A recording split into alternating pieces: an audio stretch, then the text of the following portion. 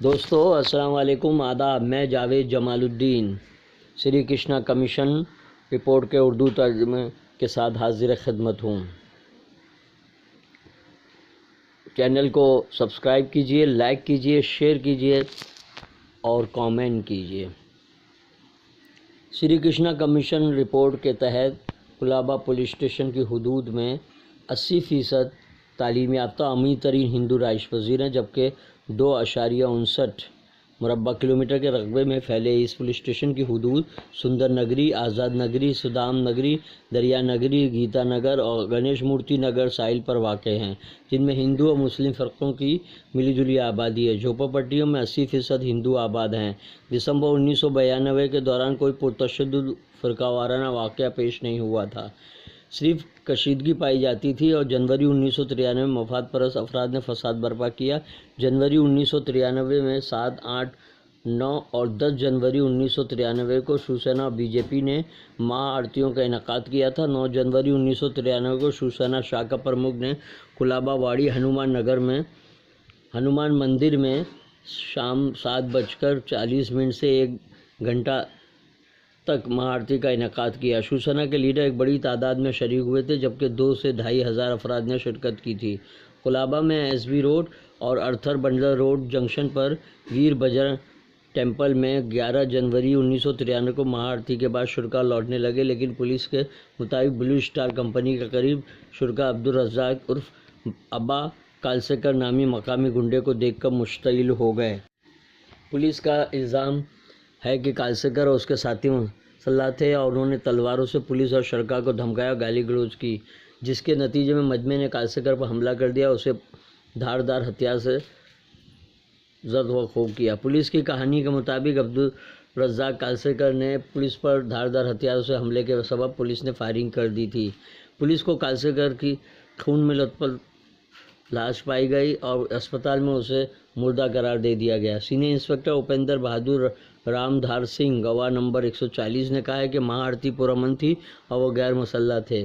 عبدالرزاق کالسیکر کی post mortem report کے مطابق لاش پر دھاردار ہتھیار کے 45 زخم پائے گئے۔ اس معاملے میں مجمع نے عبدالرزاق کا تعاقب کیا اور اسے بے رحمی سے قتل کر دیا۔ تمام گواہوں سی آر نمبر 1393 کے بیانات سے یہ بات ثابت ہوتی ہے، جس کی وجہ سے یہ بات قبول نہیں کی جا سکتی۔ مجمع پرامن تھا اور اچانک ان کے پاس ہتھیار جادو سے آ گئے تھے۔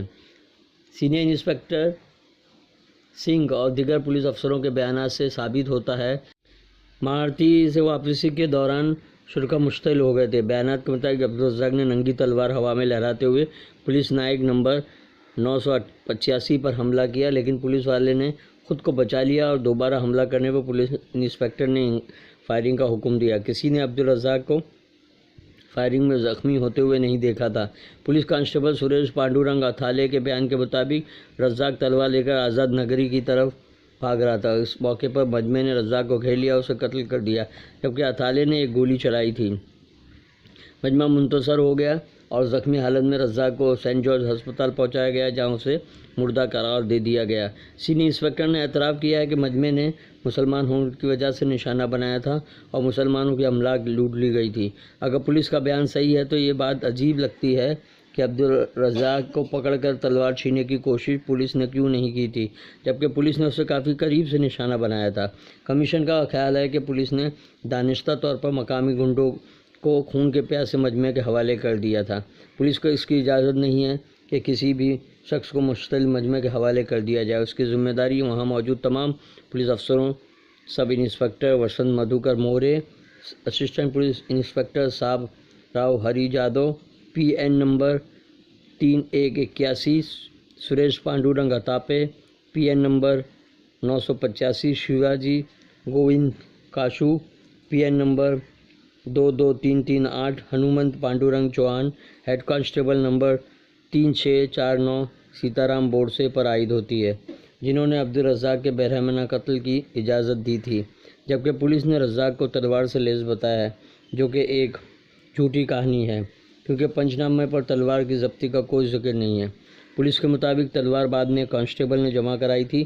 سی آر نمبر 1393 کے تحت درج ایف آئی آر میں عبدالرزاق کے قتل کی شکایت درج کرنے کے بجائے اسے اقدام قتل کا ملزم قرار دیا اور اس کے خلاف تعزیرات ہند کی دفعہ 307, 304, 153A اور دفعہ 34 کے تحت معاملہ درج کیا گیا تھا، لیکن پولیس نے اس کے قتل کے بارے میں کوئی معاملہ درج نہیں کیا تھا، جبکہ اس کے جسم پر دھاردار ہتھیار کے 45 زخم پائے گئے تھے۔ جنوری کی 12, 13 اور 20 تاریخ کو مسلمانوں کی املاک پر حملے اور نقصان پہنچانے کا سلسلہ جاری تھا۔ قلابہ واڑی مسجد میں ایک جلتی ہوئی بوتل پھینکی گئی، لیکن پولیس نے تمام معاملات کو سمری کر دیا تھا۔ پولیس نے جواز پیش کیا ہے کہ ملزمین کی شناخت نہیں ہو سکتی تھی۔ سینئر انسپکٹر نے اعتراف کیا ہے کہ ان کے پولیس اسٹیشن کی حدود میں مقامی شیوسینا شاخا کے لیڈروں نے مہا آرتیوں کا انعقاد کیا تھا۔ مجمع پرامن تھا اور شرکاء واپس لوٹ رہے تھے کہ اسپیشل برانچ نے تمام پولیس اسٹیشنوں کو ہدایت دی کہ شیوسینا گڑبڑ کر سکتے ہیں۔ اس کے باوجود سینئر انسپکٹر نے شیوسینا کو مہا آرتی کی اجازت دے دی تھی۔ سینئر انسپکٹر کو اندیشہ تھا کہ اجازت نہ ملنے پر زیادہ مسئلہ ہو جائے گا۔ کمیشن کے سامنے جو ثبوت اور ریکارڈ پیش کیا گیا ہے، پولیس کی اس تھیوری کو مسترد نہیں کر سکتا ہے کہ مہا آرتی اور فرقہ وارانہ تشدد میں کوئی تال میل نہیں تھا۔ کپریٹ پولیس اسٹیشن 7 دسمبر 1992 کو چند افراد نے میدم کاما روڈ پر واقع پیٹرول پمپ کے عملے کو ریوالور سے دھمکایا اور آگ لگانے کی کوشش کی تھی۔ شرپسندوں نے 4 گولیاں چلائی تھیں۔ پولیس نے تحقیقات کے بعد ایک مسلم گنڈے اسلام کاروڑیا کو گرفتار کیا تھا۔ 8 دسمبر 1992 کو ایک مسلمان کا کولڈ ڈرنک اسٹور جلا دیا گیا۔ 9 دسمبر کو ہوٹل اوبرائے کے قریب ایک ہندو کا اسٹال نظر آتش کر دیا گیا۔ دسمبر 1992 میں اس طرح کی چند وارداتیں پیش آئی تھیں۔ 10 جنوری 1993 کو ایک مسلمان کا اسٹال اور 2 ہاتھ گاڑیوں کو نظر آتش کر دیا گیا۔ اس سلسلے میں ایک عیسائی فرانسس پریرا اور 3 ہندو اجیت سداشیو راجو عرف چندر شیکھر اور دتا رام شیٹی کو گرفتار کیا گیا۔ ایکسپریس ٹاور کے قریب ایک مسلمان کے پان بیڑی اسٹال کو نظر آتش کیا گیا۔ 13 جنوری کو رات 8:20 پر جے کمار دون نامی شخص کی کار پر جنرل جگن ناتھ بھوسلے مارگ پر پتھراؤ کیا گیا، جس میں وہ زخمی ہو گیا۔ 14 جنوری کو رات 11 بجے فسادیوں نے 2 افراد کو گھیر لیا اور ایک ہندو شخص سریش جی گوسوامی کو قتل کر دیا گیا، جبکہ دوسرا فرار ہونے میں کامیاب ہو گیا۔ 14 جنوری 1993 سے 16 جنوری 1993 کے درمیان 3 ہندوؤں نے شبیر محمد عمر شیخ کو دھمکا کر رقم کا مطالبہ کیا تھا، جبکہ ایک معاملے میں ہندو فسادیوں نے شناخت نہ ہونے پر ایک ہندو نوجوان کو قتل کر دیا، کیونکہ وہ انہیں دیکھ کر خوفزدہ ہو گیا اور بھاگنے لگا تھا۔ 18 جنوری کو شب 3 بجے ایک موٹر جلا دی گئی جو ایک ہندو کی تھی۔ 22 جنوری 1993 کو مہندرا گلاب کی موٹر سائیکل نظر آتش کر دی گئی۔ اس علاقے میں متعدد مہا آرتی کا انعقاد کیا گیا، جس کے بعد شیوسینا نے لوٹ مار اور آتش زنی میں بڑھ چڑھ حصہ لیا تھا۔ جنوری 1993 کے دوران شرپسندوں نے متعدد عمارتوں کے چوکیداروں سے عمارتوں میں مقیم مسلمانوں کی معلومات حاصل کرنا شروع کی اور ان عمارتوں سے مسلمانوں کے نام کی تختیاں نکال دی گئی تھیں۔ اس کی وجہ اعلیٰ سرکاری افسروں اور پولیس افسروں کو بتانا تھا کہ مکینوں میں خوف راز پایا جاتا تھا۔ پولیس نے مچھی مار نگر میں تلاشی مہم شروع کی تھی۔ ایک بڑی تعداد میں تلواریں اور چاپڑ ضبط کی گئیں۔ معتبر ذرائع سے ملی اطلاع کے بعد مہم شروع کی گئی تھی۔ کمیشن کی اطلاع کے مطابق مچھی مار نگر میں شیوسینا شاخا پرمکھ رائس وزیر ہے۔ ڈی بی مارگ پولیس اسٹیشن، اس پولیس اسٹیشن کی حدود میں ہندو اکثریت میں آباد ہیں، لیکن چند مسلم محلے اور وی پی روڈ، ناگپاڑا اور تالدیو پولیس اسٹیشن کی سرحد پر تجارتی ادارے اور دکانیں واقع ہیں۔ دسمبر 1992 میں 4 وارداتیں پیش آئی تھیں۔ ایک واردات میں ڈریم لینڈ سنیما کے پاس ایک مسلمان سنگ باری کی وجہ سے ہلاک ہو گیا۔ ایک ہندو مجمع کے تشدد میں موت کا شکار ہو گیا، جبکہ سنگ باری میں 2 پولیس افسر زخمی ہوئے تھے۔ دکانوں کو لوٹنے اور برباد کرنے کے 3 واقعات پیش آئے تھے۔